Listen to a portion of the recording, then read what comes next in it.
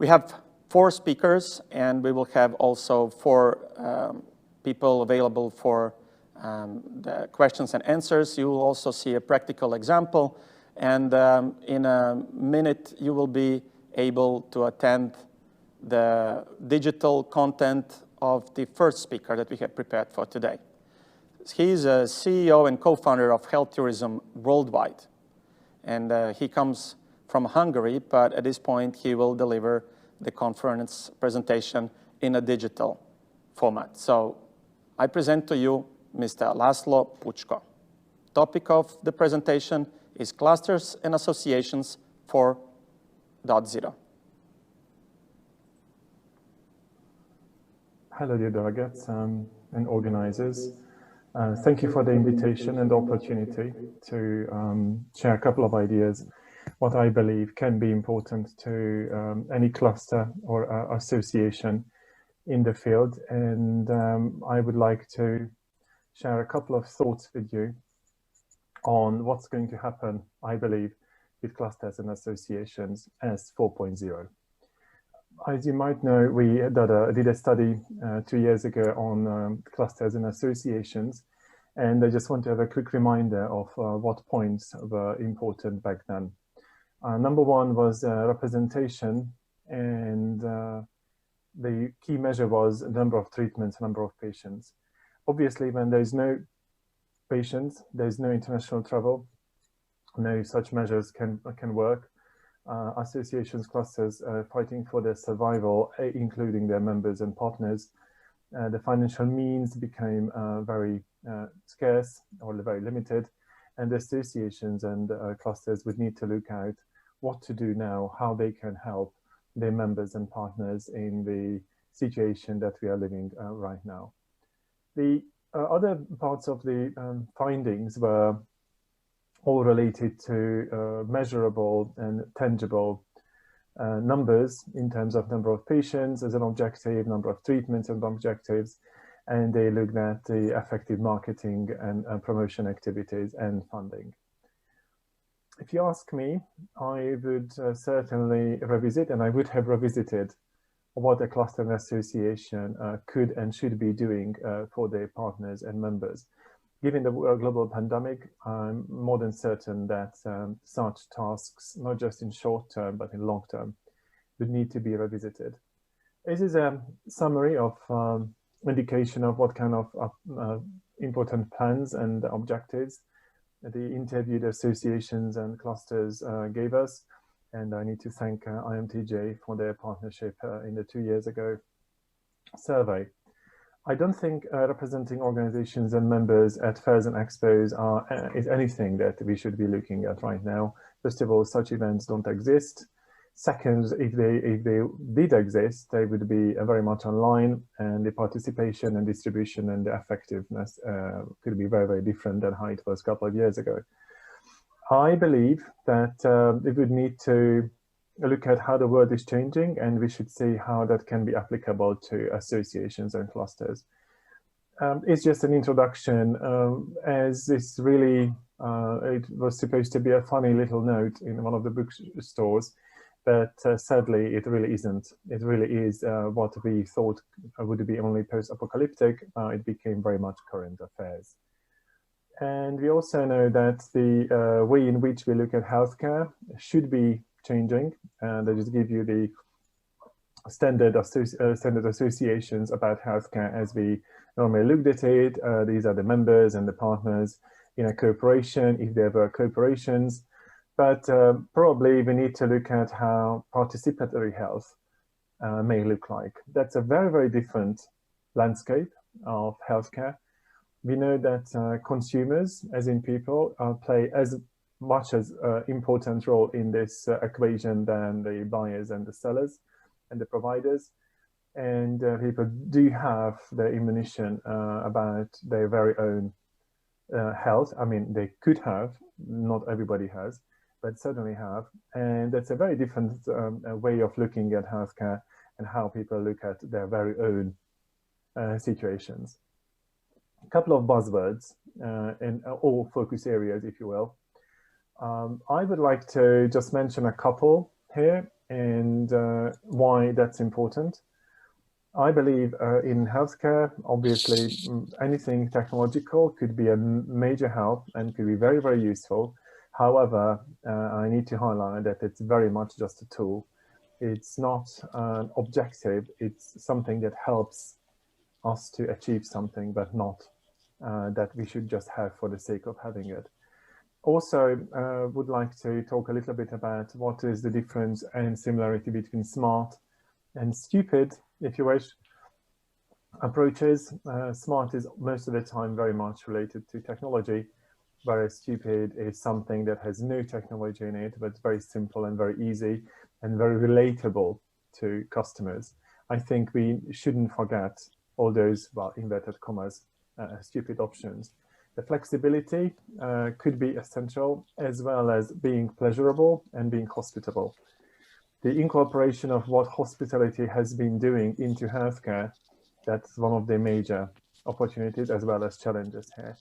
I really would recommend that we should look at it from a well-being perspective and not from health per se, as we used to, but very much so looking at how well-being is defined and how that has opportunities for the standard, so far standard medical tourism provision or wellness tourism provision for the matter.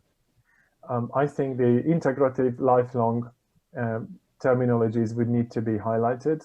That integrative as in we incorporate anything and everything that could help that certain person or that could help to prevent certain thing or heal certain thing indication, and not being siloed into that I'm doing only this kind of healthcare and I'm not interested in anything else.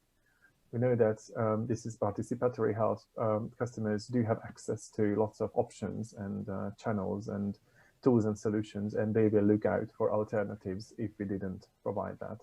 And don't forget, it's lifelong. Health, or more like well-being, is a central issue to anyone throughout their lives, and we need to look into how we can tap into that opportunity, that it's a lifelong, it's not just a stage, it's applicable throughout our lives. I think referring quickly to what the World Health Organization suggests, we should move away from lifespan to health span. It's not only the actual number of years, what's important that we live, but also how we live that. That becomes a well-being related issue. I really would suggest every association cluster to revisit how they speak to their guests, how they talk to their very own members, because we need to look at terminologies such as harmony, such as happiness, quality of life, and satisfaction. And this is really missing, especially the harmony and the happiness from the healthcare communication and service development, and how that refers to well-being or quality of life. That really is, at least should be, one of the key tasks for any association and cluster, to tell their members that they need to change the way in which they speak, because the general public speaks languages in various languages, of course, like harmony or happiness or fun or balance for the matter, and they don't necessarily talk about healthcare and talk about even well-being as such. We just need to understand that is translated as harmony. Stupid health and smart health, but we look at solutions such as natural resources, let it be caves, let it be microclimate, let it be months, let it be waters. That could be a stupid solution, which should be or could be enhanced by smart applications. We shouldn't look at it as either or. It's more like how these two can really work together. And countries such as Croatia or even various other southern European countries really have great opportunities in this field, but you need to be a little bit more creative to do that. And again, association and clusters would need to foster that. So cooperation 4.0, everybody's talking about Industrial Revolution 4.0. Do we talk about Healthcare Revolution 4.0? Do we talk about Medical Tourism Revolution 4.0? I very much doubt that. I think we are somewhere between 1.1 and 4.0, but definitely not at 4.0 yet. Because we always, associations clusters focus on sales, promotion, and treatments. Whereas at the moment, in particular, they should be looking at more on market research, more on monitoring performance and how we monitor performance. It's not necessarily just the very basic number of treatments and number of patients measures. And also, they should be looking at mentoring, and that should be the #1 task, which is hand-holding, one-to-one help of how a service provider can and should approach the market. Let it be on medical, let it be on health in general, or even on wellness. Being in this field for quite some time and helping at the moment as we speak various providers and mentoring them, I know how difficult it is to any provider to actually translate any great strategy, objective, wisdom of an anesthesiation cluster or corporation to operations level. And this is where the #1 focus should be, to help individually. You may need to bring in help, you may need to bring in experts who can help you to do that. But whatever funds you may have, don't do Google AdWords, don't do promotion at the moment, because that's not going to help, not even in the midterm or in mid-run. So try to focus on mentoring and help individual providers and help them to improve their services, help them to wellnessify services and to adapt their own situations. And don't do the industry representation to government, because every single industry is doing it as #1 priority. Shouldn't forget it, of course, but that's such a political situation now, the pandemic and how we are dealing with it, that everybody's fighting for the limited sources. So you need to have more like a grassroots development and help the locals. Also can help if the clusters and associations revisit of how they look at the landscape of their constituency or the area of interest, who is part of, which parties are included, what their role is the community lifestyle considered to be something that can be incorporated, just consider the blue zones, what kind of other additional resources we can have apart from hospitals, clinics and physicians, how the local economy can and should be involved, and how hospitality can be and should be involved. And don't forget, leisure and recreation and well-being lifestyle can be as important as treatments and services. But you look at wellness trends, is not wellness tourism trends. You can see a lot of options here in terms of engineered environments, the smarter intake or the gamified fitness is all part of prevention as well as rehabilitation, but it's discussed and introduced under the wellness trend or in the wellness category. It doesn't mean that healthcare providers, medical providers cannot bring in any of the services, but you probably need to relabel them and to do proper incorporation to the well-being proposition. And as a last point, just to say, this is just an example, even now the new luxury has at least 6-7 different levels, and to some thermal facilities can be ultra high-end because they never did it, or could be everyday luxury because they are living nearby. And IVF can be, as a life completion, can be absolute bespoke luxury. And spirituality in a retreat or plastic surgery can be everyday luxury. You need to help service providers to understand these new categories, this new approach to new luxury, into new wellness, into new lifestyles, and through which they can find the fitting labels, the fitting service, the fitting positioning, because just selling, pushing of sales and going to events and pushing sales, it's not going to work. At least that's what I think about it. Simple ideas, again, not replacing doctors, but simple ideas. It's all about the guest journey and the well-being of the guests, like this Apple or the 7 doctors as such, and how you can incorporate that, how a standard healthcare provision can incorporate one of these other additional 7 doctors. Service providers need help, they need mentoring, they don't really know. And I'm telling you this because of my personal experience.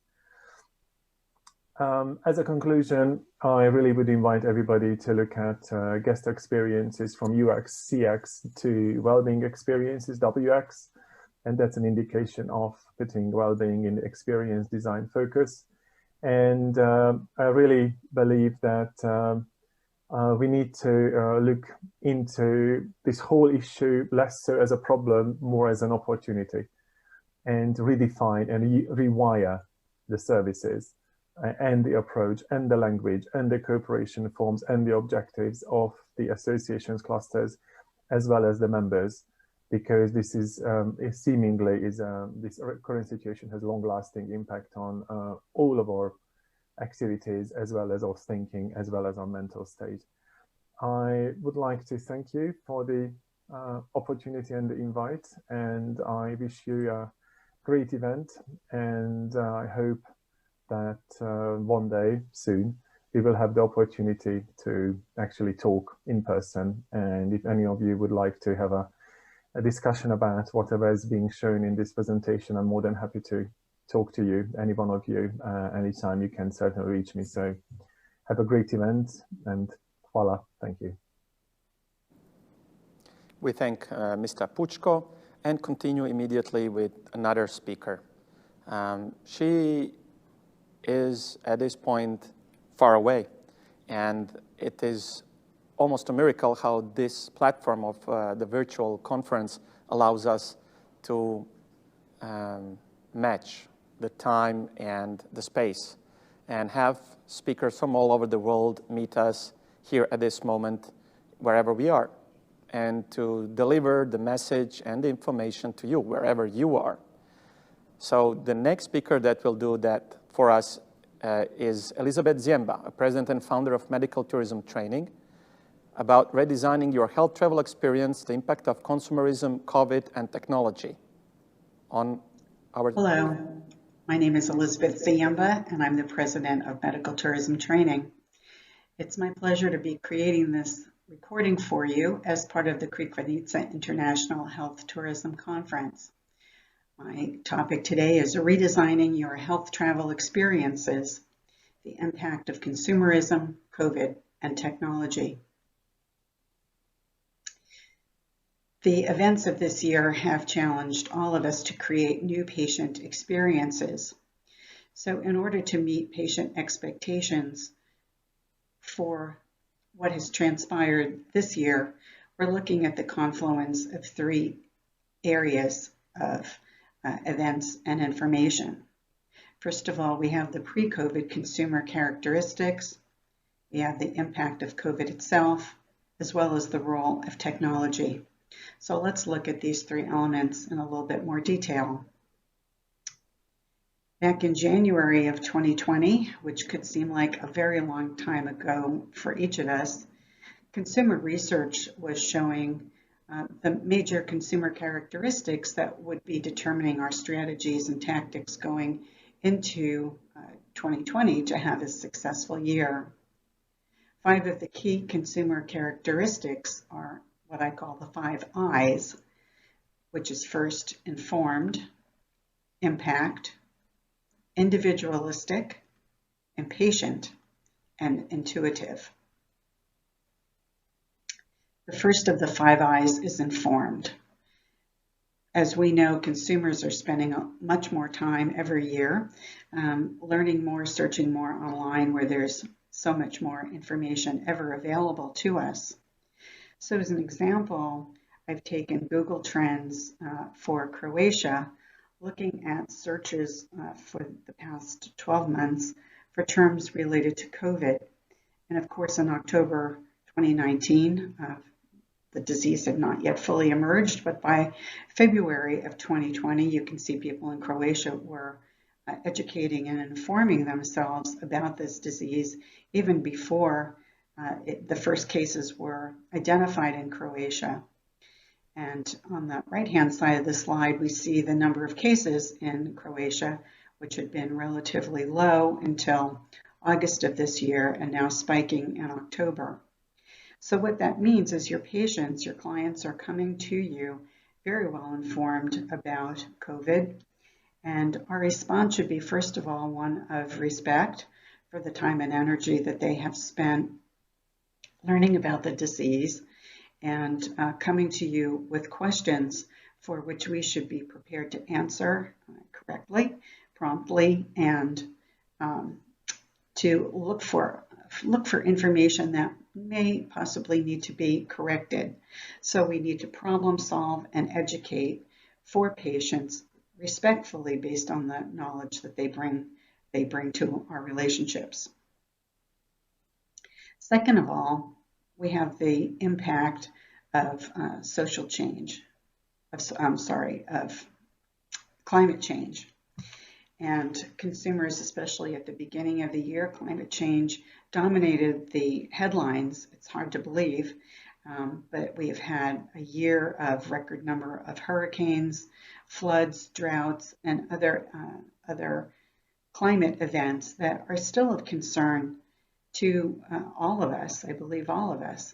So consumers are looking about what our businesses are doing in terms of sustainability on a global level, as well as what we're doing within our community as demonstration of our corporate social responsibility. And while climate change may not be dominating the headlines, it's still very much part of people's concerns. The third I is individualistic, and what that means is that we have to personalize everything. All of our messages, our creation of our services, our service packages, our content, everything that we communicate must be personalized. Accenture did a survey at the end of 2019, and they're reporting that 33% of customers who abandoned a business relationship did so because personalization was lacking. This is something that we can be quite good at. We know our patients and what their needs are, so we should focus our attention on this and get even better. The fourth I is impatient.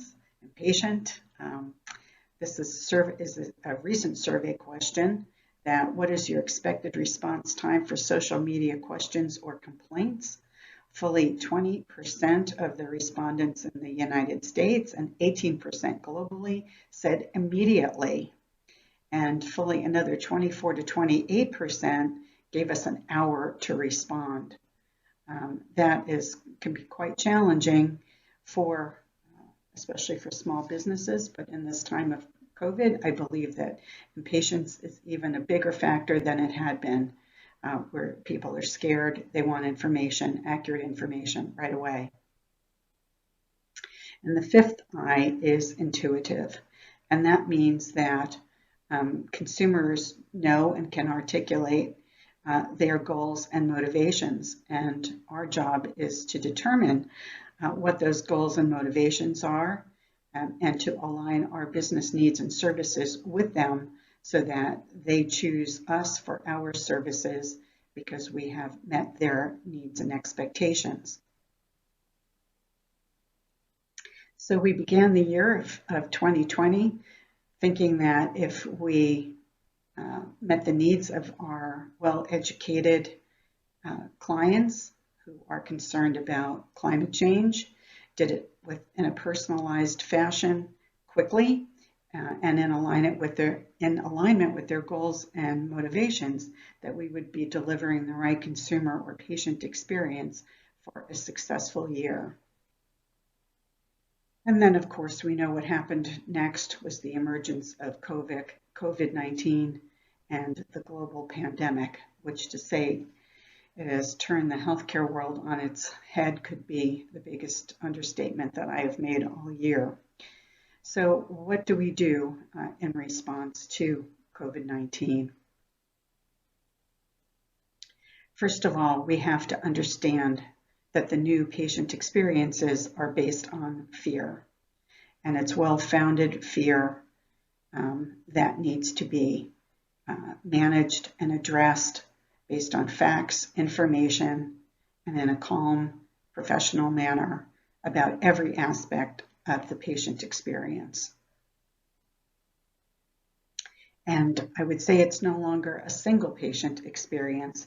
It is now at least 3 distinct patient experiences, all of which need to be understood in quite detail, how it is affecting the delivery of our services and our patients.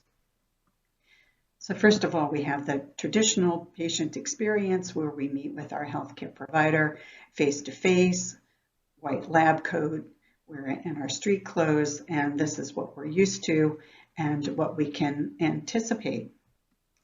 However, now we have the virtual patient experience, which can be uncomfortable not only for the patient, but also for the provider. So it's worthwhile to invest in education and training of providers as to how to give a technologically savvy virtual experience that delivers value to the patient, as well as educating patients about what they need to expect during this virtual visit. And the third patient experience is when we meet face-to-face with healthcare providers who are dressed in some amount of PPE, some of which, when they're in full garb, looks like they should be exploring the planet Mars rather than delivering our healthcare experience to our patients. I'm sure all of you are familiar with the concept of patient journey mapping. And I would say that now we have to engage in patient journey mapping with surgical precision and look at every single aspect of that patient journey from initial contact through post-discharge follow-up.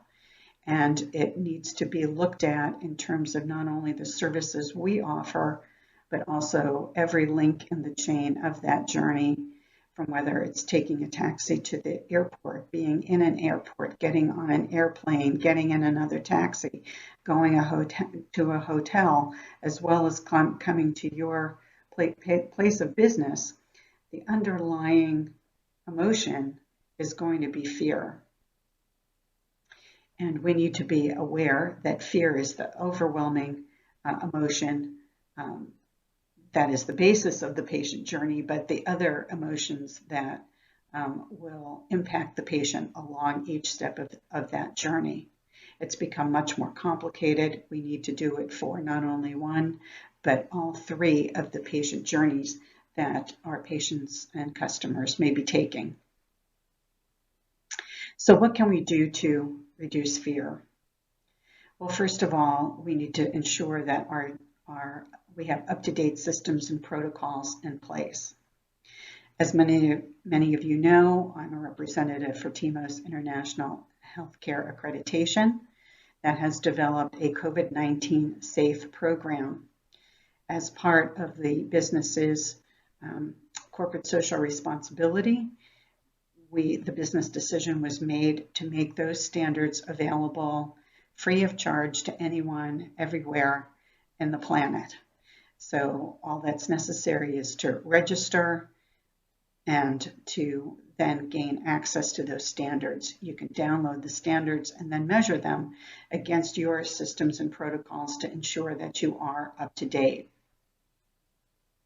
Second of all, you want to ensure that you are doing everything you can to protect your staff and patients.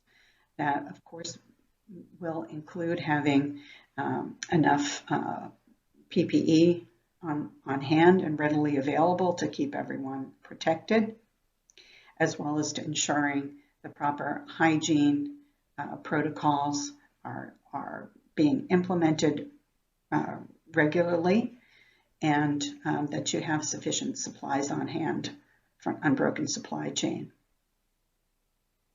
Lead, be a leader, take the leadership role within your communities, within your professional organizations, learn about best practices, do what you can, and don't wait for government or someone else to show you what to do. Don't be afraid to exercise and demonstrate your leadership. Communicate your care journey. Your communication has never been more important as it is today, and to communicate via a variety of channels to meet all of your audiences in the ways they want to receive your messages. Educate. I hope all of you have COVID-related information on your websites through your social media channels, whether it's COVID libraries, videos, other ways to educate and reduce the fear among patients, staff, and colleagues. And finally, realize that each of these elements is building your brand. So you want to demonstrate your best practices and to reduce the fear that's in the general environment, so that patients, providers, colleagues will want to work with you as a trusted colleague. We need to learn quickly. We need to make sure that our protocols, standards are up to date, and that we communicate effectively, often. And this is a sure way to do what we can to combat COVID-related fears and to build the trust and confidence that patients need. In terms of technology, I'm sure a number of you are already utilizing technology to keep your patients and staff safer. The days of crowded waiting rooms are gone, and distancing protocols are in place. Hand sanitizers are in wide use. I like this example here. It's pedal operated instead of having to touch the hand sanitizer itself. It's operated automatically through the foot pump, so it's touchless. The same thing with payment options, tap and go credit cards, payment online, other ways to not handle money or touch credit cards. And of course, the use of taking temperatures without the use of an oral thermometer. I'm sure there are other ways that you can deliver contactless care, and I hope you'll share those best practices with your colleagues. In terms of technology, technology was already emerging as a force to be contended with in healthcare, and COVID has certainly accelerated the use and adaptation of technology, of course, through virtual visits and now through integration of personal wearables with different wristbands, Apple Watches, apps, and so on. Technology is really something that we shouldn't be afraid to embrace. We can use it in creative ways to create upstream and downstream revenue opportunities to help our bottom line. It can be used for educational purposes, and it can be used to encourage better health. And I think some of the lessons we're learning from COVID will help us move forward in the future to deliver better services, faster services for all of our clients.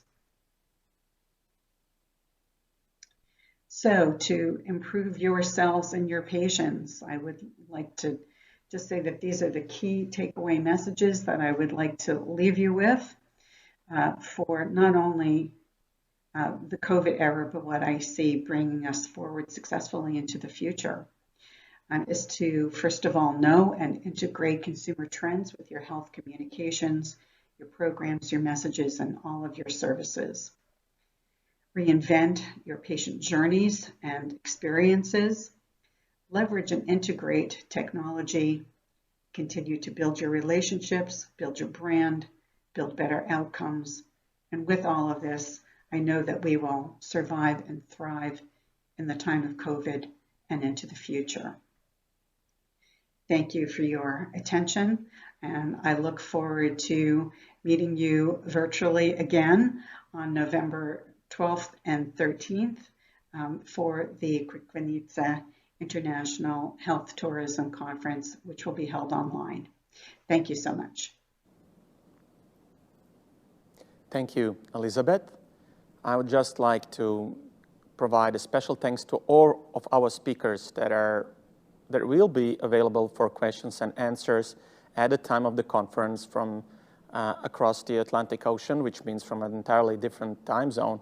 So especially the ones being able to answer your questions in the first block will be required to get up pretty much early, have a very early sip of dark coffee, and be able to attend the conference here in Croatia. The third topic of the day is also an introduction to the fourth block in a way, However, it is so specific, requiring a special attention. Our next speaker is Christina Latzo, a managing partner at communications office Colić, Laszlo and Partners, and she will tell us a presentation about 5 crisis communication lessons from major crisis situations. And Kristina is today with us in our studio, and she will be one of the participants in the questions and answers that will follow. So, dear Kristina, good day and welcome, and let us all enjoy your presentation. Thank you, Goran. Thank you very much for this kind introduction. First of all, I'd like to say good morning to everybody who has joined us today online, as we've heard from all over the world. It would have been, of course, so much better if we could have gotten together in person in beautiful Crikvenica, especially beautiful for me at this time of the year. But the circumstances have pushed us online. For me, this is the first time that I'm joining Crikvenica International Health Tourism Conference, and I have to say that I have learned a lot about this industry from yesterday's and today's presentations. But one thing that I'd like to emphasize is that what we have learned in our firm and in our industry throughout this year is that pulling together an online event such as this one may be even harder and more demanding than doing it on site. So I would really like to congratulate the organizers, our hosts, for doing it in such a good way. There is one thing that we all depend on in this situation, and that is technology. So we can only hope that the technology, the telecommunications networks will not fail us, and that everything today, in the rest of the day, will go according to the plan. But then I have to ask you a question. When in life do things really go according to the plan? I'd say rarely, and I am sure that many of you would agree with this assessment based on some of your past experiences. I'm not a health expert or a tourism expert or a health tourism expert, but what I have learned in the 25 plus years of experience handling complex situations from the communications management perspective is that there is one thing that all industries have in common. And that one thing is that the crisis will happen. The question is not if will it happen, the question is only when will it happen, when it is going to hit us, and how we will handle that situation. So sooner or later, all industries are faced with major crisis situations. So I've seen this happening over and over again in situations such as union negotiations, strikes, accidents with fatal consequences, bankruptcies of major companies that have spillover effects on whole economies, so on a really large scale. But of course, never before in my professional life have I seen anything like this pandemic crisis situation. So to bring this story closer to your industry, to the health industry, let me share really briefly a real-life situation that we had with one of our clients. This was back in late May this year. So Croatia was still in a lockdown, and the measures were very slowly being released and loosened. And our client is a major privately owned polyclinic in Zagreb.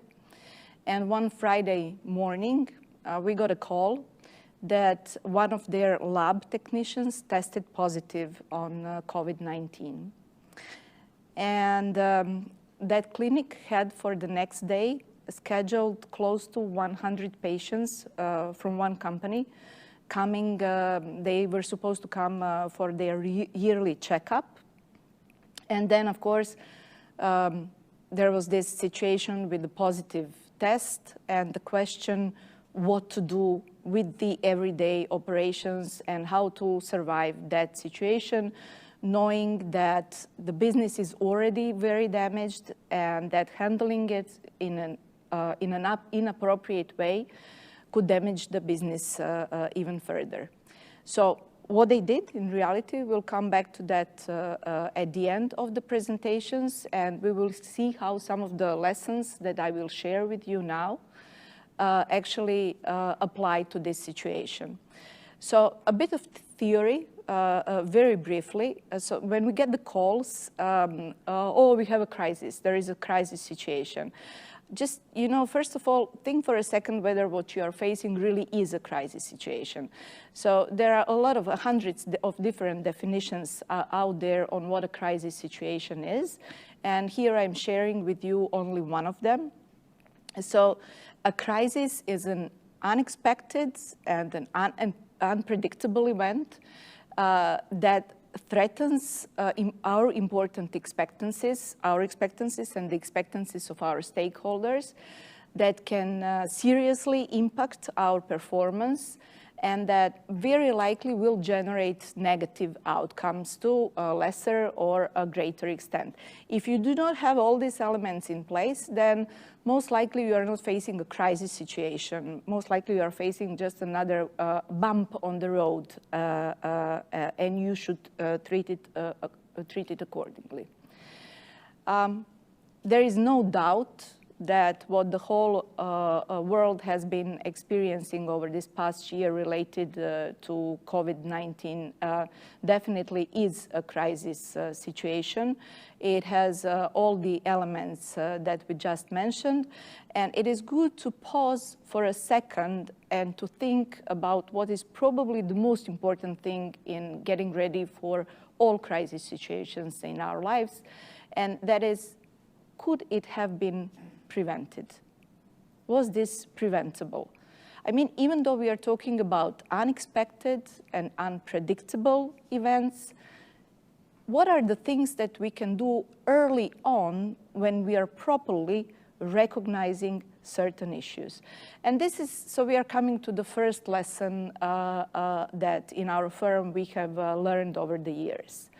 It is not over until it is truly over, and the crisis situation can have more than one peak. Bear with me for a second with this graph. Try to take a look at it. What we have here is what a regular a textbook or many different textbooks out there dealing with crisis management and crisis communication management will try to teach you when it comes to crisis.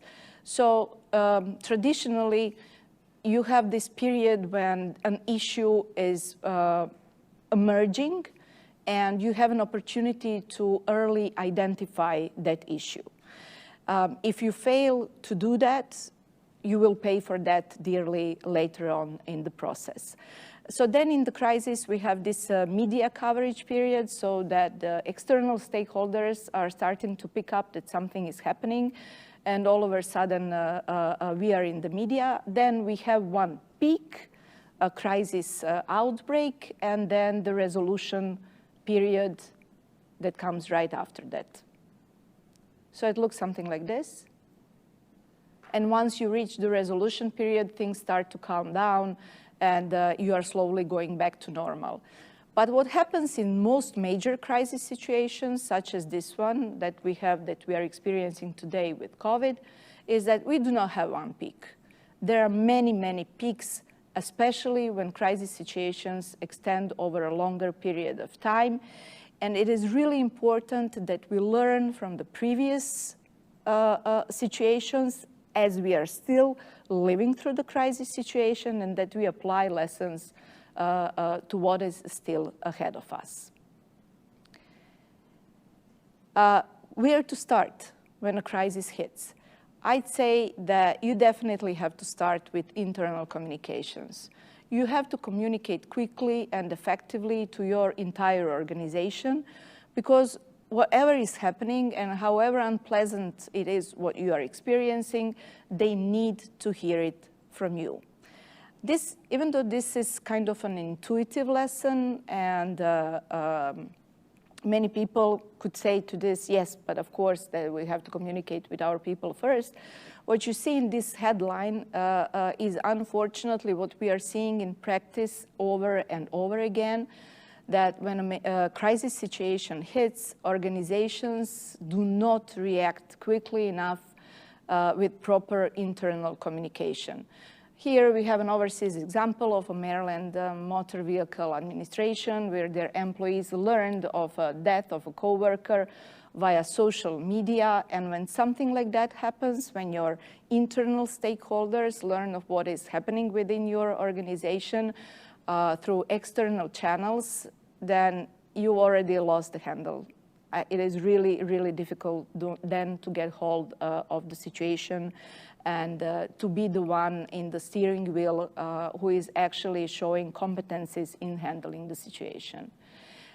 Because what happens is that the media reports on the crisis whenever they want to, and no matter what you think of it. So you do not have time to get ready for the external questions coming to your organization. This will happen thanks to the social media very, very quickly, and you have to be there in place, ready with your messages for such a situation. Also, going back to something that we touched upon in the graph that I showed you, it is really important to understand that the longer problems are not solved, we have the fewer solutions at hand, and every solution that is ahead of us becomes more and more expensive. It looks something like this. So we have an issue, and if we are not dealing with that issue, if we do not recognize the issue early enough, or a potential issue that can emerge and grow into a crisis situation, with time, we do not have choices, or the choices become fewer, and our costs in resolving the situation become much higher. I'm sure you can think of examples where this works in practice from your past experiences in everyday situations. I'd like to share with you one from the recent Croatian past. So Croatia has experienced, starting in 2017, a bankruptcy, a breakdown of a major company, the #1 private employer, not only in Croatia, but in 3 other regional countries, employing more than, at that time, I think more than 57,000 people. The bankruptcy of this company, Agrokor, had the spillover effects on the economies of the whole region. The owner of Agrokor, when issues started emerging within the company, in the beginning had a lot of choices, the owner and the management. But as time passed, the choices became fewer, and the costs to handle them became much, much higher, resulting, unfortunately, in the owner losing his ownership and the company breaking down in a really ugly situation. So we can also learn from examples and mistakes of others, and we can try not to repeat them in our experiences. This is really a common sense advice, but an important one to remember. And the fact is that the common sense and the calm head are always very helpful, especially in a crisis situation. When the pandemic broke out, we've seen empty shelves all over the place. In major retail chains in all countries faced situations where they just couldn't fill up the shelves fast enough for the consumer demand. And this also, what it did, it created this false impression that there are shortages of certain goods, where in reality there were no shortages. There were not enough hands available in most situations to fill up the shelves fast enough. the managers of the companies really needed to keep calm and to stay level-headed, to be able to communicate to their consumers that there is enough of all goods that they need available for everybody. They just need to be patient a little bit because the shelves will be filled overnight and the next morning the goods will be available. So common sense and a calm head and communicating well with your consumers will help you live through most crisis situations. So going back to the example that I started, this very brief overview of major lessons learned from my major crisis situations in practice, going back to the example, what our client did when their lab technician tested positive on COVID, they were ready for it. So this happened in late May. And in March, when the situation in Croatia started to worsen and when we had our first case of COVID-19 recorded in the country, most health institutions realized that sooner or later this will hit them as well, and they pumped up their protocols and they were ready. They were ready with lists for internal communications. They were ready with internal communication channels, and they were able to communicate to all their staff, 150 plus people, immediately what is happening. They were able to send them home. They reached out to the patients who were supposed to come next day for a checkup and canceled that calmly. They got ready for the external questions. They had a holding statement in place and started working on a Q&A document the same morning. And actually by applying all this learning about recognizing an issue early enough and getting ready for that and staying calm throughout the situation, they managed to handle it with very little negative consequences at the end. So if you have any questions for me, I will, of course, be available in the panel discussion. Thank you. Thank you very much, Kristina. I think it was a very informative presentation. And as some of you already did yesterday, please do follow us through the event app. And there, through the sections with the questions, you will be able to set questions for the moment when we will have information for our speakers available through the Zoom platform. For everybody that will be calling us from away, and Kristina will be here with us in the studio, and she will be able to answer all your questions, because I think that we can apply very widely the 5 bullets that we just have learned, and I think that maybe there will be some questions that we can have a practical feedback from Kristina as well, and that you can as well benefit in that way. But we have another slot of another presentation. Kristina will stay here in the studio with us, and we will both watch the last presentation of this block. And we have a presentation coming from the United States of America. So this conference is becoming global, as I have stated in the very beginning. And we can have an announcement of the speaker, please. And this is a topic on update on ACAP Medical Tourism Task Force activities, presented by Jeana Havidich, lecturer of Anesthesiology and Perioperative Medicine.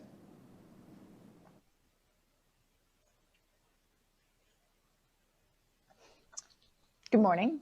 My name is Jeana Havidich, and it is a distinct honor and pleasure to be with you today, and thank you for inviting me. I am a pediatric anesthesiologist at Dartmouth-Hitchcock Medical Center in Lebanon, New Hampshire, and I'm excited to talk to you today about the update in progress from the Association of Croatian American Professionals Medical Tourism Task Force Research Division. And before we get started, I just wanted to give a brief overview of my goals for today, was to provide obviously an update of our current activities, but also to provide some background of who we are, what we're doing, why we're doing it, how we're doing it, and how we hope to move this project forward. So go ahead and I'll get started. I also wanted to let you know that the Association of Croatian American Professionals, commonly known as ACAP, is a group of incredibly talented volunteers. We have currently 1,500 members and are growing. If you're interested in joining our organization, please see the link below, www.croampro.com. So I'll go ahead and get started this morning. And to give you a little bit of history or background of our organization. So the ACAP Medical Tourism Task Force was really founded in Washington, D.C. in the year 2016 by Dr. Steve Pavletich and Dr. Eugene Halar. And at that time, the goal of the organization was to promote and assist Croatia in economic development through medical education and research and the design and delivery of the health care and wellness and tourism industries. So currently, we're a group of 144 individuals. And as you can see from on the chart on the right, we are a very diverse group. And the diversity truly is our strength. We have individuals that are very accomplished professionals in business world, physicians, consultants, allied healthcare personnel, researchers, lawyers, administrators. There are too numerous to mention, but I just wanted to give you a sense of the depth of our organization and how it relates to this project. So and as an overview, just so you know that there are other projects that ACAP is invested in, but today I'm going to present the information on the integrated medical and wellness program. So as I mentioned at the beginning of this presentation, that I have the privilege of co-chairing this task force with Dr. Steve Pavletich. And I wanted to kind of head and define who we are, because I think that will provide you a better understanding of who we are, where we're going, and why we're doing this. So we're a group of volunteers, and we are designing a scientifically based integrated medical and wellness pilot program in partnership with Croatian professionals and organizations. We believe this pilot program will serve as a foundation, a very strong foundation for future sustainable medical and wellness programs to support Croatia's emergence as a leading international destination in the health and wellness industry.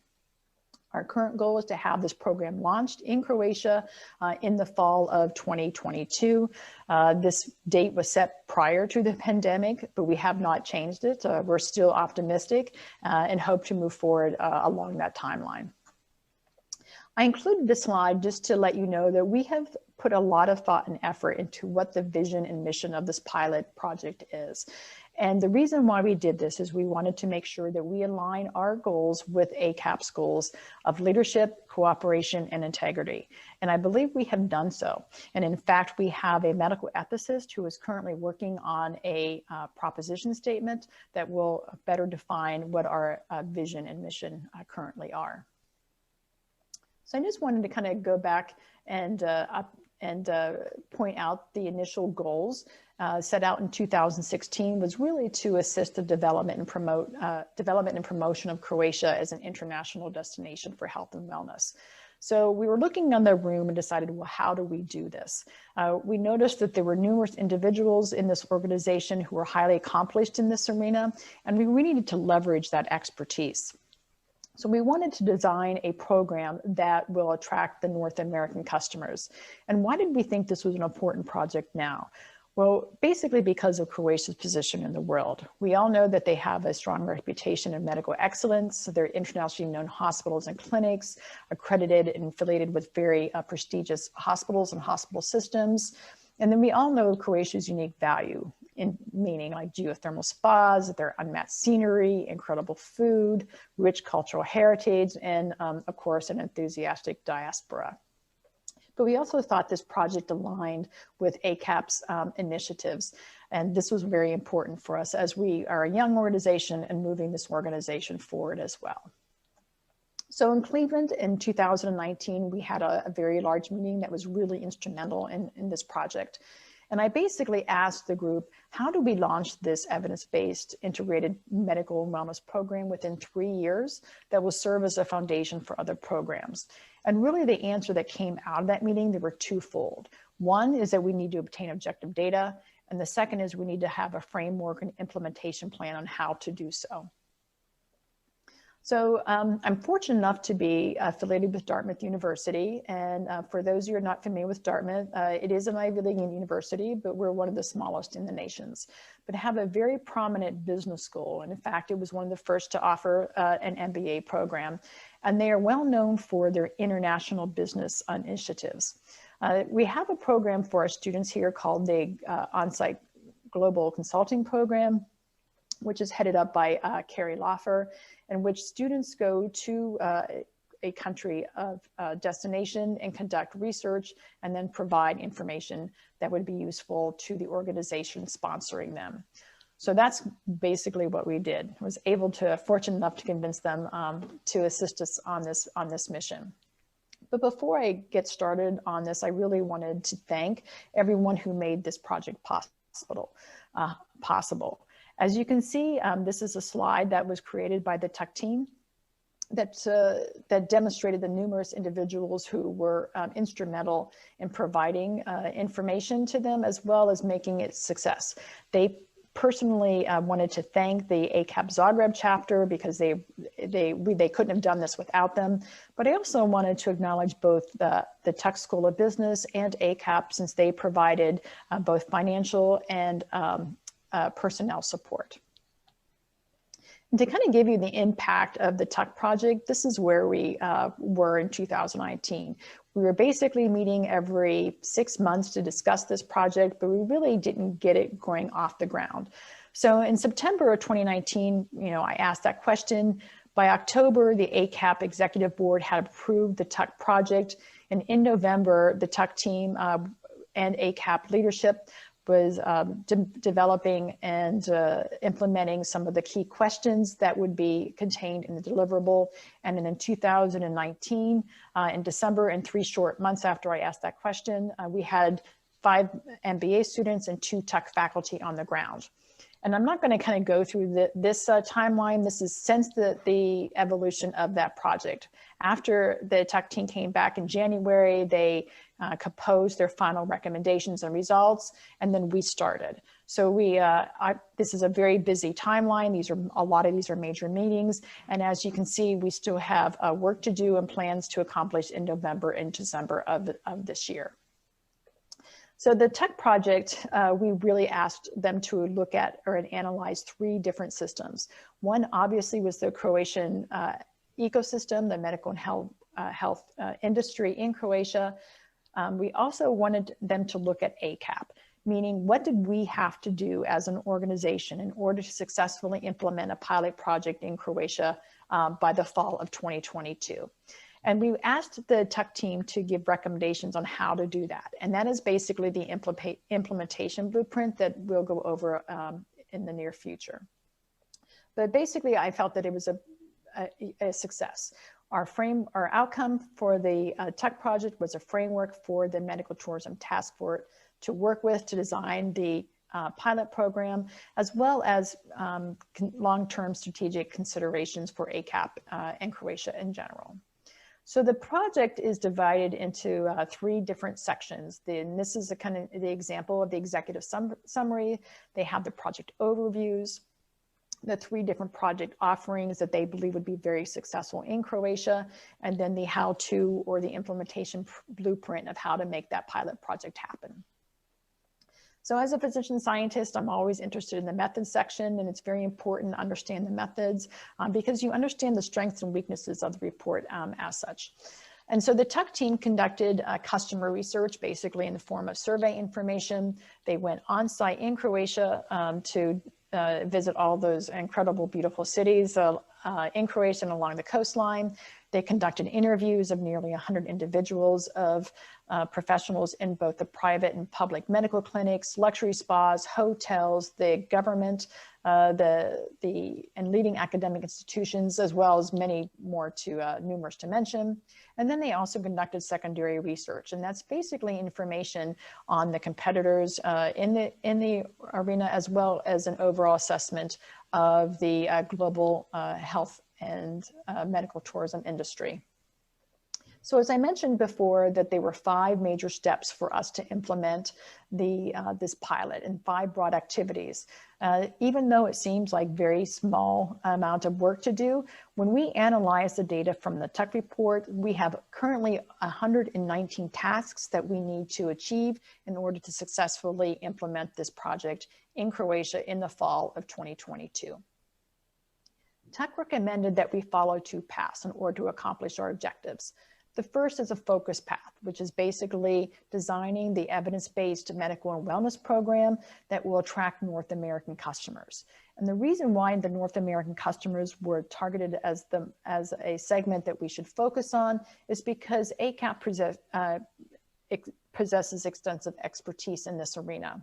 We have knowledge of the current healthcare system, patient expectations, as well as medical and wellness expertise in terms of successful medical and wellness centers in the US.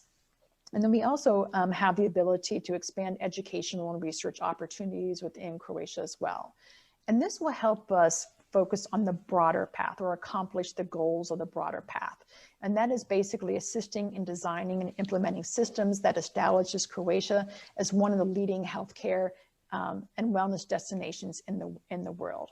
But today I'm just going to briefly go over the focus path and what we're doing with the pilot project. So we believe there's some distinct value to this project because we are using an evidence-based approach. We needed to bring scientific validity to this program, and with the expertise that we have, we're able to do so. But we also wanted to incorporate some of the softer sciences because we felt that that would be attractive to some of the North American customers. And it's one of the areas that in the US that we really kind of need to work on and to improve on. And the last is because this program is flexible and scalable, meaning that we were able to have some flexibility and scalability that would be crucial in designing additional pilot programs within Croatia to help promote and develop the industry within the country. I just wanted to kind of give you a sample of the information provided by the TUC report and why we are targeting the North American diaspora. This is one of about 6 or 7 slides within the TUC report to explain why this is such an important target population. So the current customer base in Croatia in this industry tends to be individuals in nearby countries, basically in the EU.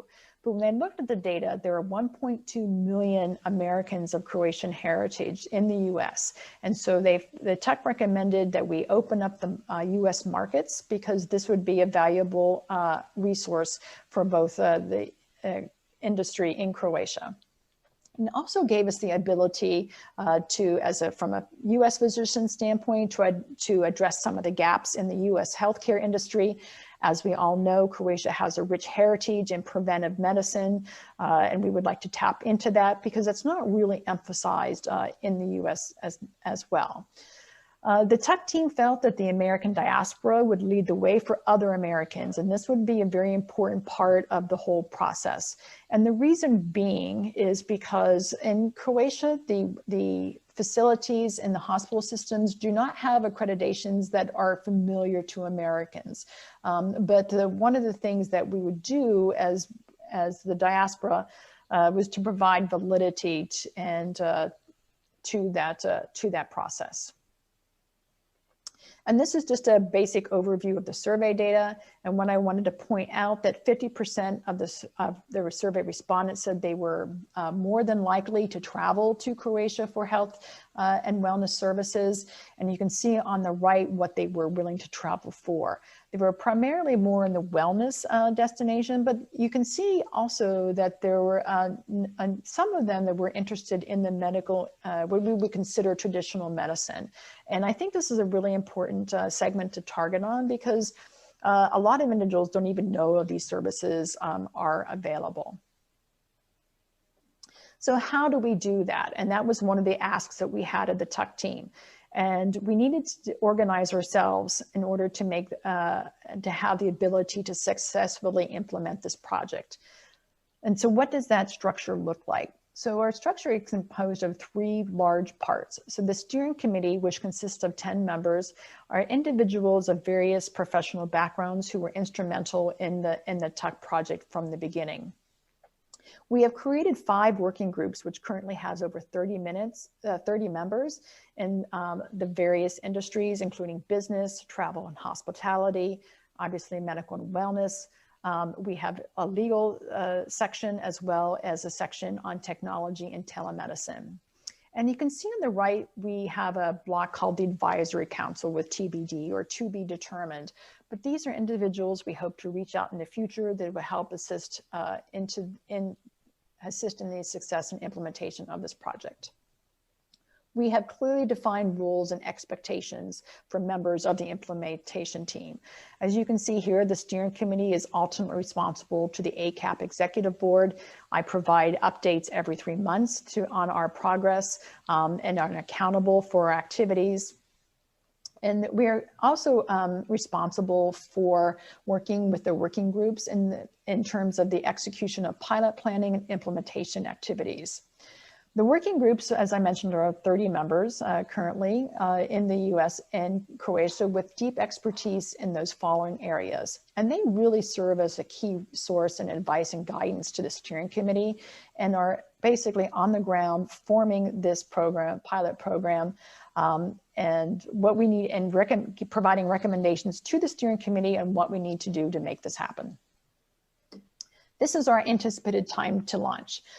These are the 5 major implementation categories provided by the tech team.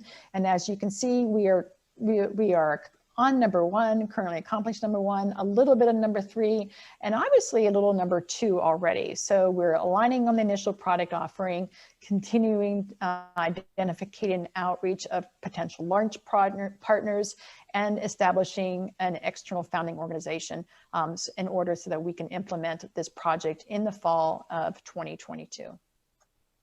So our priorities for the upcoming year is to really flesh out the specifics of the program. We want to make sure that this is an high quality evidence-based medicine program with wellness initiatives incorporated within that.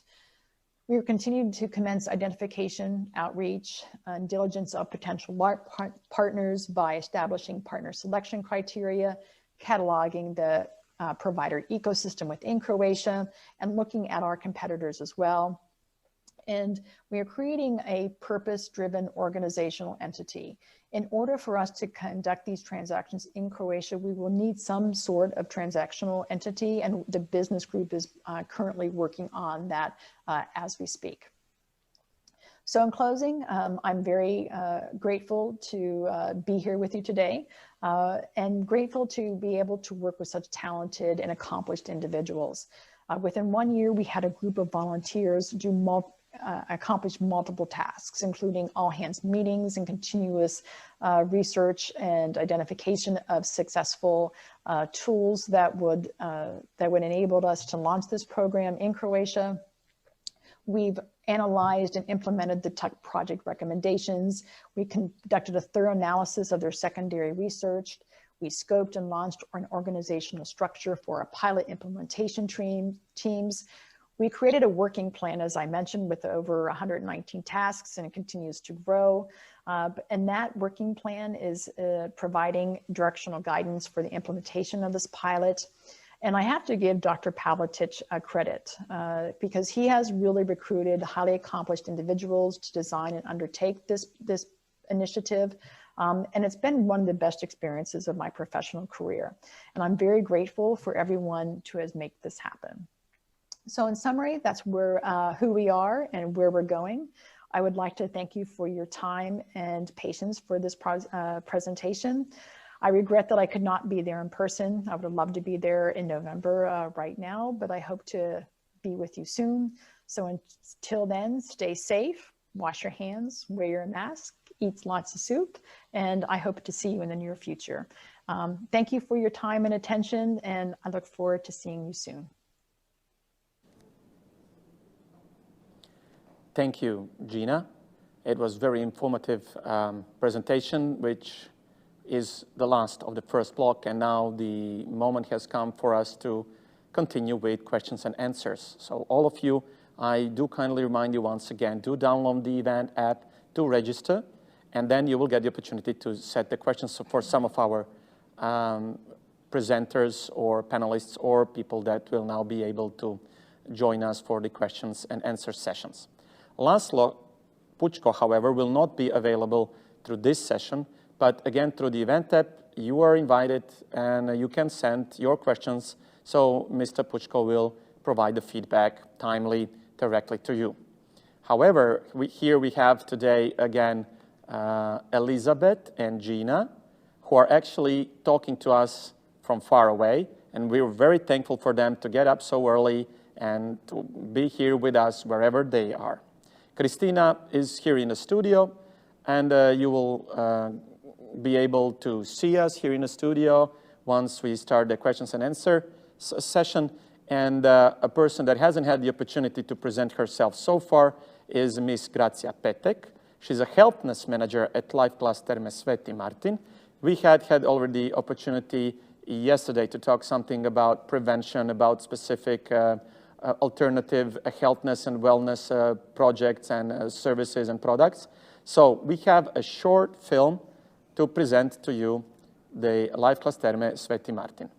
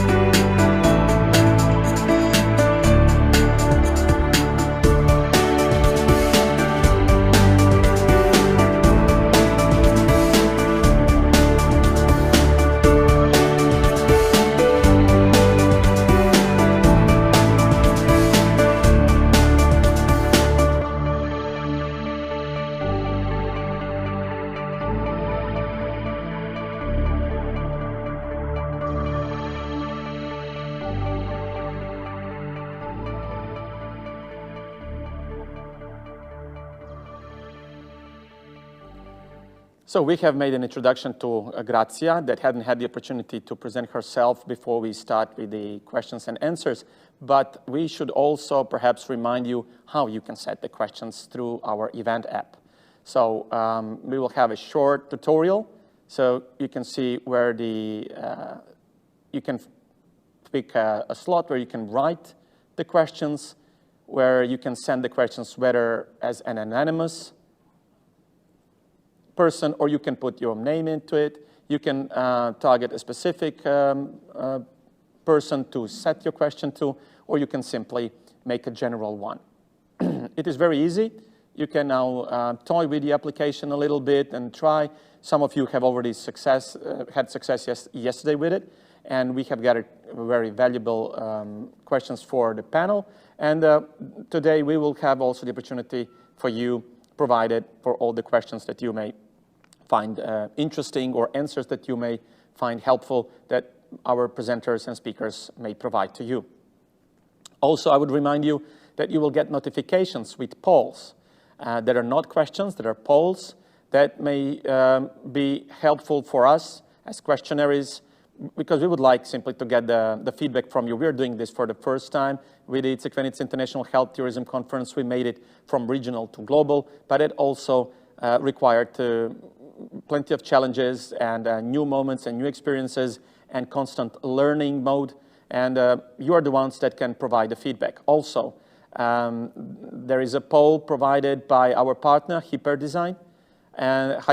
So please try to provide answers there as well, because the fastest of you do that, the 5 of the fastest, will get a bundle of services for free, especially on analytics of your performance in digital platforms and online. But let me check if everybody invited to the questions and answer slot are online. I see that they are. So let's start with our questions. So good day once again, everybody. Let's start with Grazia, because the concept of the healthness manager is pretty much new to me. And it is in line with something that Sheila presented yesterday. So, Grazia, can you tell us, please, something more about the healthness at Sveti Martin, what it is all about.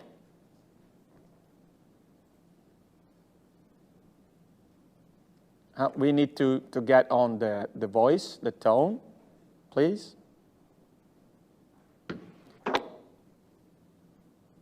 Hello? We still are not able to hear Grazia. Just a second. Hi, do you hear me now? I hear you well, Grazia. Good day and welcome. Greetings to all of you and to all of the viewers out there. It's a pleasure to be here with you and to discuss such an important topic and to discuss about the health tourism. Yeah, as you mentioned, I'm the healthness manager, and to answer that question, what is a healthness manager and what is healthness, I need to make a quick introduction to our resort, Terme Sveti Martin. We are a touristic resort in the north of Croatia, and the strategy of our resort is based on the holistic philosophy of Dr. Rudolf Steiner. Dr. Rudolf Steiner was the founder of anthroposophy. It's a science according to which health and happiness comes from the harmony of the mind and the body.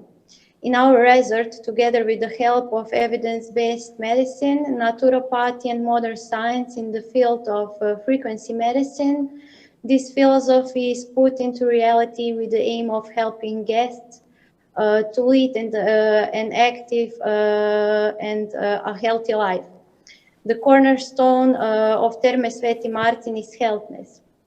Well, what does healthness mean? Healthness is a combination of active rest, wellness experience, and raising awareness of one's own health with the aim of restoring body, mind, and soul to balance. In the resort, every guest is encouraged to change their habits, the awareness of themselves and the world around them.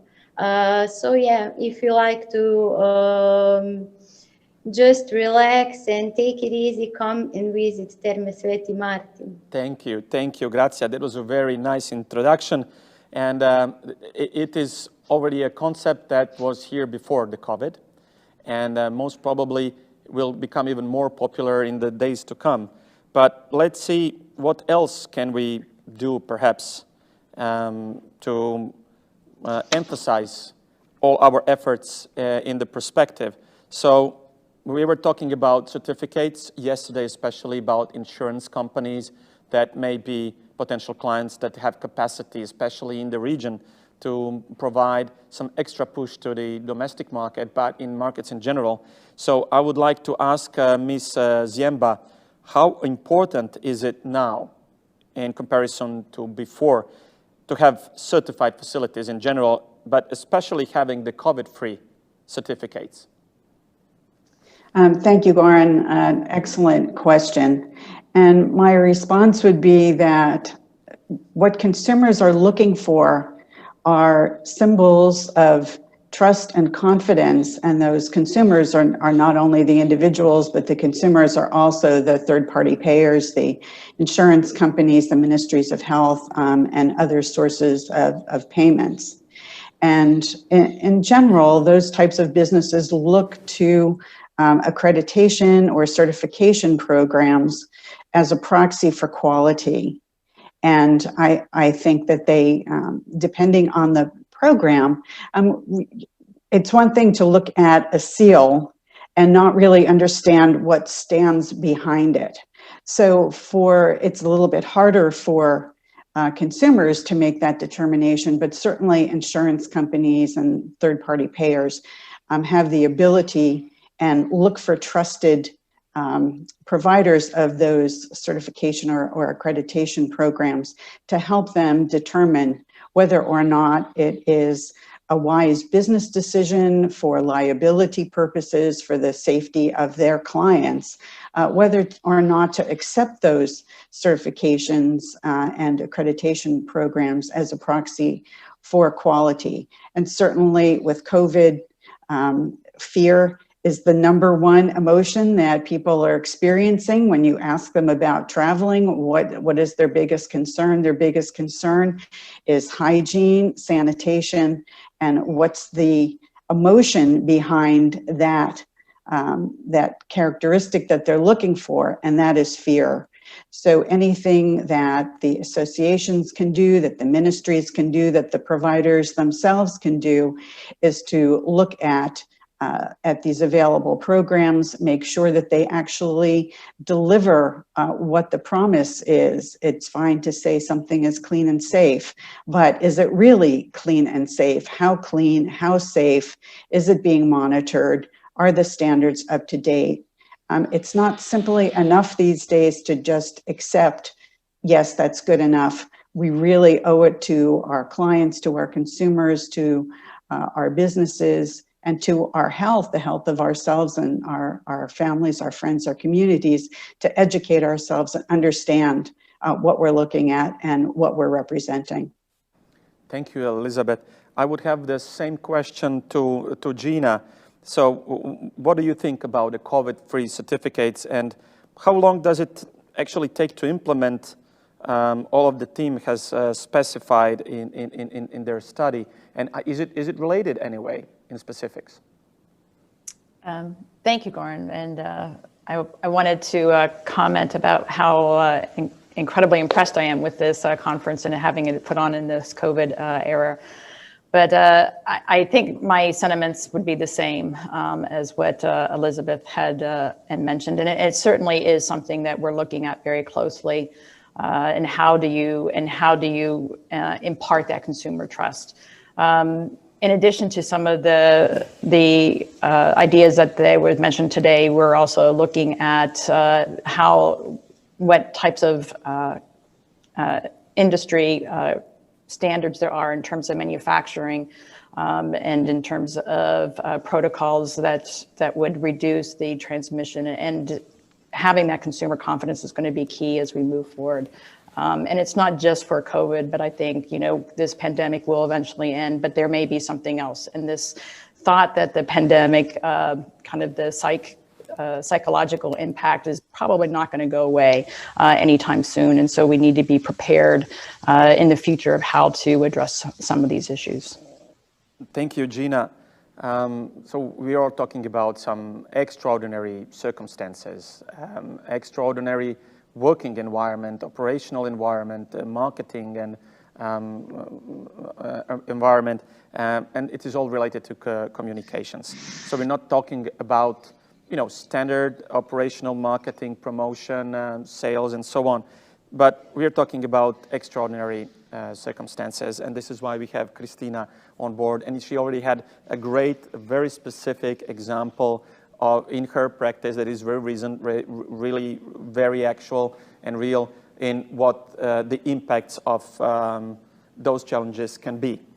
But I would like to know, although you are not an health expert, Kristina, and we're aware of that, could you, however, suggest what would be the best way of communication for the public or private stakeholders, the same, so businesses or public institutions, governmental institutions, organizations, and so on, in reaching out to potential patients in times of COVID? Because obviously, we're all, in a way, overwhelmed by fear. And as a primal emotion, I think it is of utmost importance and of utmost intensity to deal with that.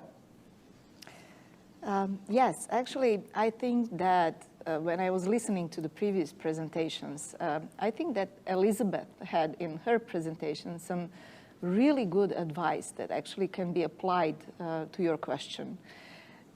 You have to work long and hard on building a trustworthy brand, first of all. Mm-hmm. So establishing that, building the relationship that is based on trust means that you have already, before the crisis situation hits, you have to be engaged with your stakeholders in open, transparent, relevant communication. And all these things that are normally just general advice apply even more in this situation.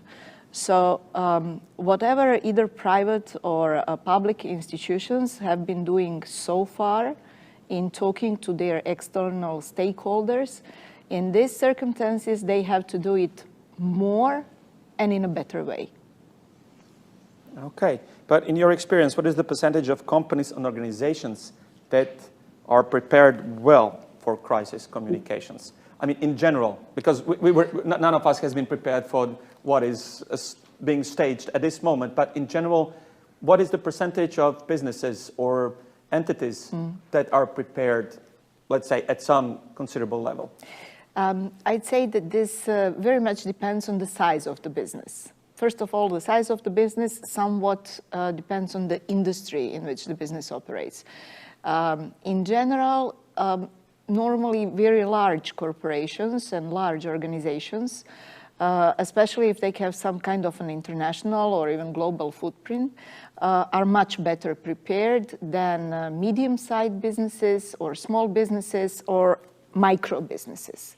So as we go, as the size decreases, with the decrease in size, I'd say that the preparedness also decreases because there are no capacities, no resources, or no awareness about how important it is to get ready, to identify your issues, to be very well aware of what can become, what can grow, what can emerge into a crisis situation, and then to put in place protocols that will help you react quickly and in the best possible way. So with large organizations, they have to do so many things that for them this is just one of the things that they have to do.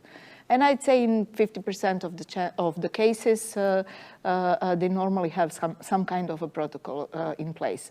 But with very small businesses or even medium-sized businesses, unfortunately, what we see is that there is no readiness, there is no preparedness. Sometimes when they already live through a crisis situation, that helps that they get a little bit more ready for the next situation, but in general, they will not invest resources in this in advance. So it's a lifetime learning process Yes. for all micro and small businesses, I guess. And just connected to it, we're talking about big systems. Mm-hmm. However, would you say globally, because you will be speaking in global events sometime soon, and you have the experience, maybe even these days, about those matters. So globally, do you think that private, like corporations, like private stakeholders or public stakeholders, who would you say was readier for the COVID crisis in communications? I think it depends very much on the country we are talking about. So we have in Europe, I'd say, we have countries with very well established and developed institutions where the public sector might be even more advanced than the private sector.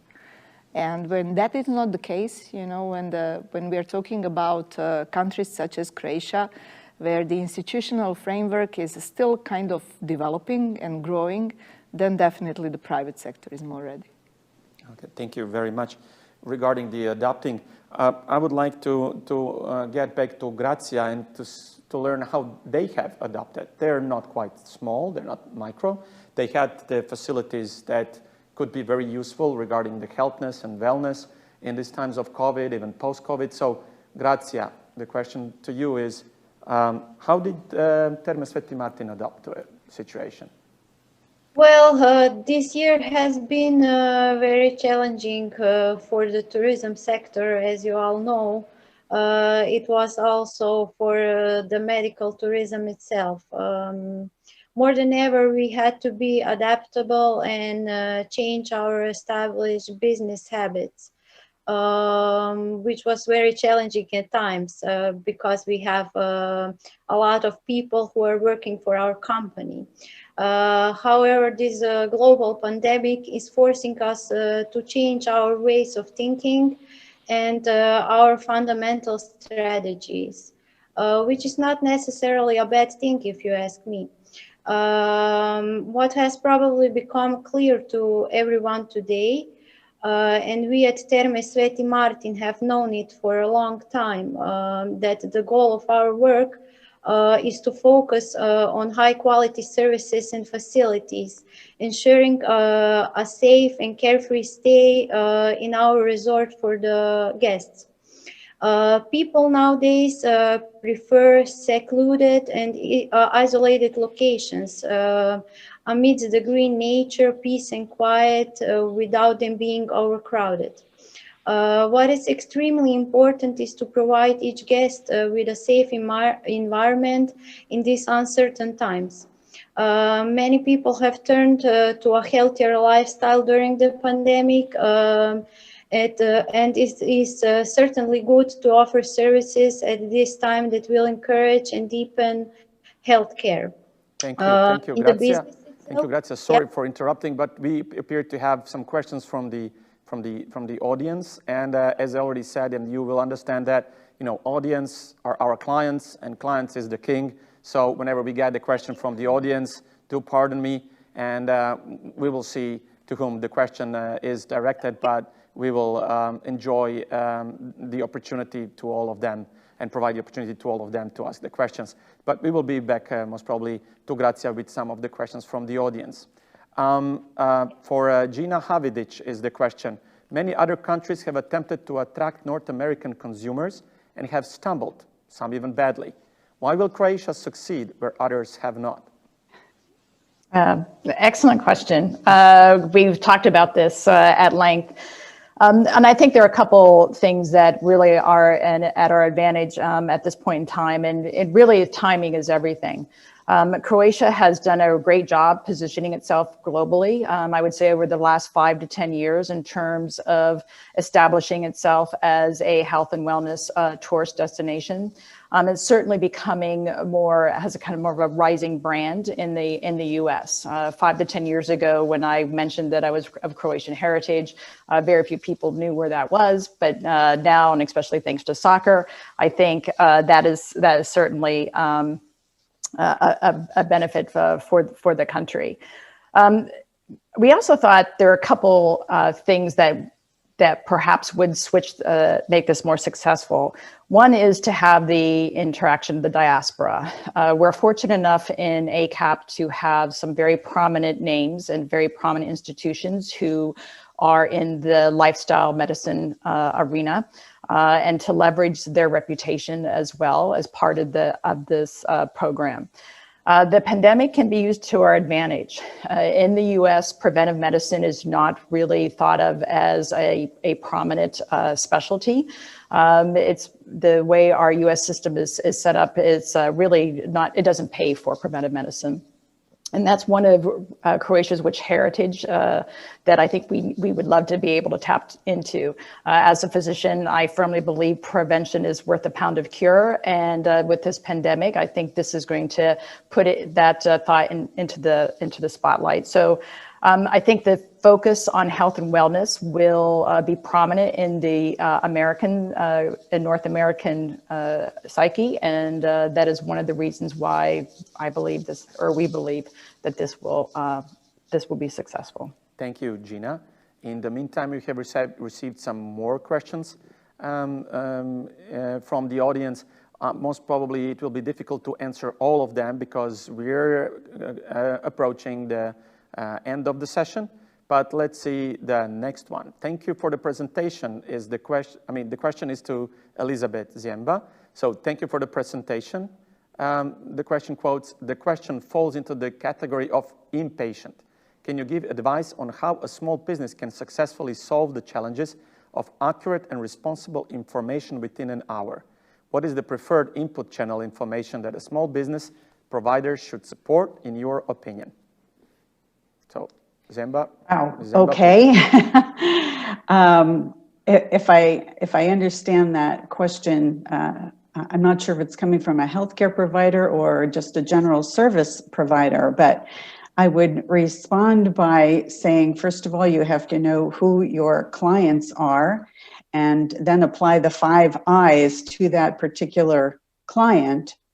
And at this stage of where we are with COVID, I think the important thing that we need to do is to take our time to build trust and confidence in our services. It's not something that we can expect will be done as quickly as the decision-making process had been before.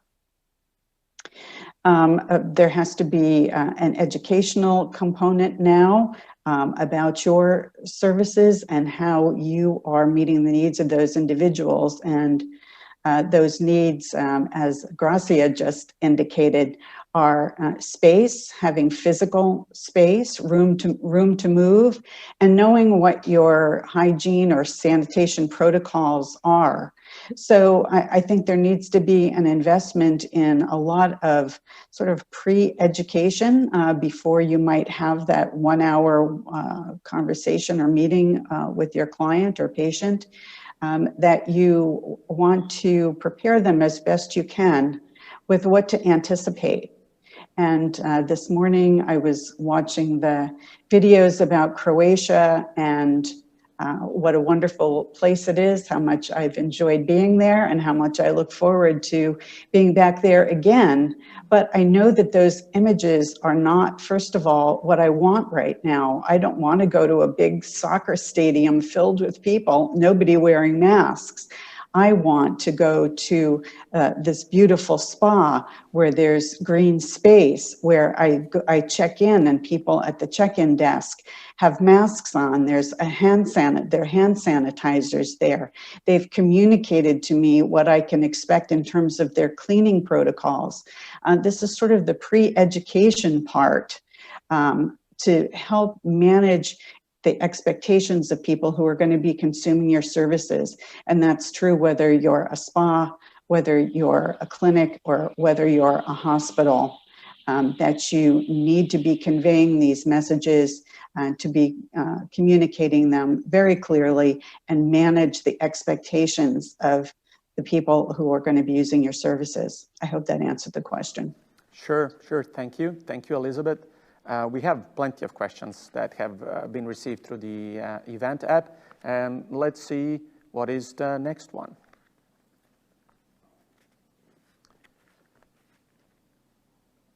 Okay, thank you for clarifying that not every situation is a crisis. So I think that this question would be for Kristina. What is the boundary point of demarcation between repeatedly dealing with multiple crises, business stress, let's call it, situations in the short term versus the agile way of doing business? Just as personal health can be disrupted by a lot of stressful situations in a short amount of time, how many crisis business peaks can be practically acted upon in what time frame? A very complex question, Kristina. Well, I think that you can try to answer it. So we're all under constant stress in COVID times. So how can we distinguish the peak? What's the actual crisis? Yes. Or is this a crisis that is lasting for what, over 6 months now? Well, in this case, yes, definitely. We are talking about a crisis situation that has been going on, at least in Croatia, for over 6 months now. If I understand the question correctly, I think that it actually refers to how to distinguish between what is a regular bump in your work, a regular business stress situation, and a crisis situation. So it is helpful always to go back to the books, you know, and to look at the definition. I shared one in my presentation. We're really, you know, we're talking about a crisis situation only when there are several elements in it. It is unexpected. Something has hit you unexpectedly. It is an unpredictable event.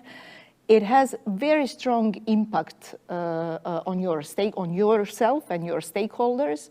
It has very strong impact on your performance, and it is very likely that there will be severe negative outcomes coming out of that. So only if you have all the elements in place, we are talking about crisis. Everything else is your everyday operational business situation that you have to address as a diligent manager by trying to think ahead of as many of them as possible and work towards your business operating smoothly. But what we are seeing now in this crisis situation, in the pandemic, is that what happens only in major crisis outbreaks, that there is no one peak.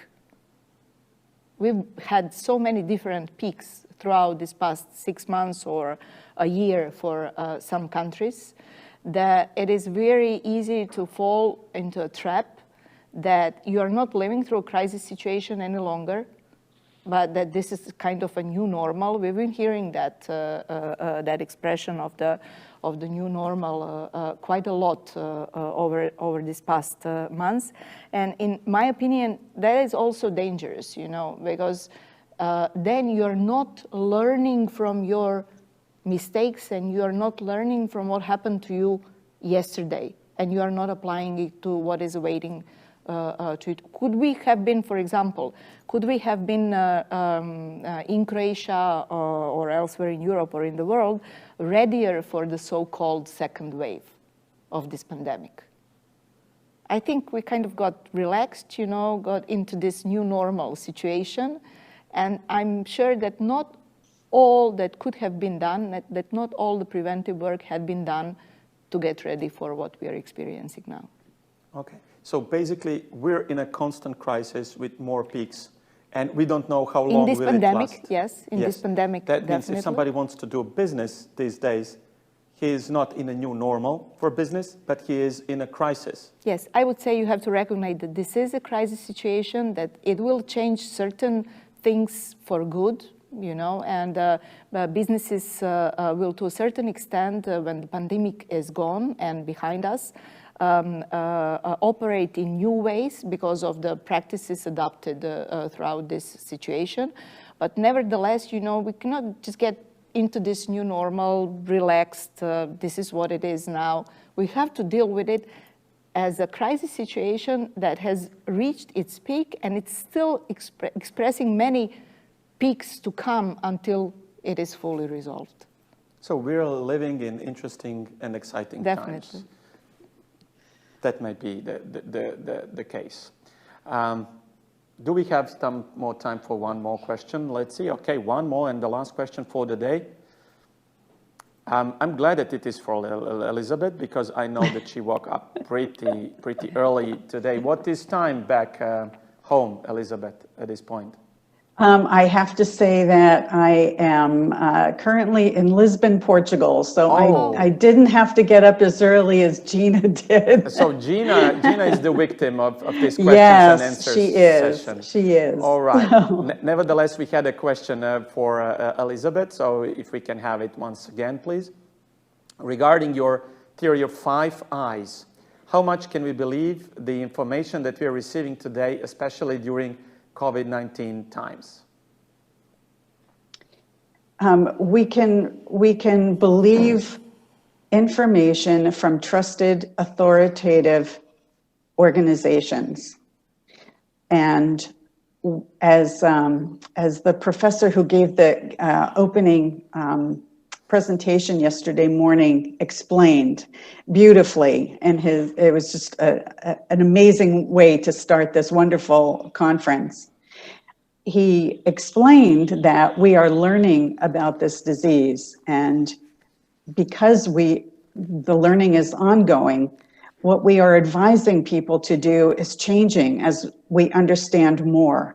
And some people are interpreting that change as uncertainty, or scientists don't know what they're talking about, instead of looking at this situation as unique, novel, and unfolding, so that the learning is continuous, and it's going to continue that way. We are not going to reach an end with this disease anytime soon. So, of course, deciding which sources are trusted are, especially from the US perspective, it's hotly debated. There's so much misinformation, but we are thinking intelligent beings. We have to engage in the thought process. Where is the information coming from? What is it telling us? Which science can we believe? Certainly we can look at organizations like the World Health Organization, like the Centers for Disease Control, Johns Hopkins, other well-established international organizations with solid reputations. Yes, we can trust that information. And We need to engage as healthcare professionals, as people who are in tourism, hospitality, that we have the best interests of our clients, our consumers, our patients, first and foremost, before just making money, that their health and safety is our primary concern. Thank you very much, Elizabeth. Thank you for the informative answers.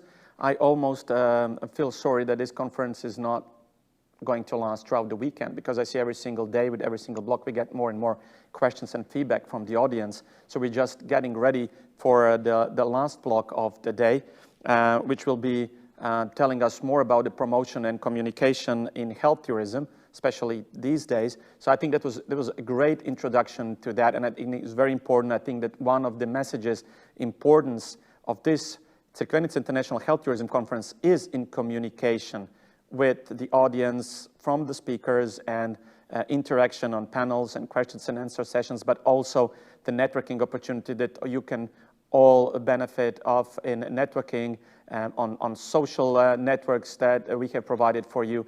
That can be a platform to all of you to get really reliable information and data from all over the world, for all across the professions, that can help you to distinguish your own path in communications and in businesses and in everyday behavior in these challenging times. I would like to thank Kristina again for having us, or for having her here in the studio today, and all the speakers and panelists. Thank audience for attending the first part of the second day of the conference, and we're welcoming you again at noon on a second part, talking more about communications and promotion in health tourism. Till then, stand by, stay close to your devices, and be patient until the next block starts. Thank you.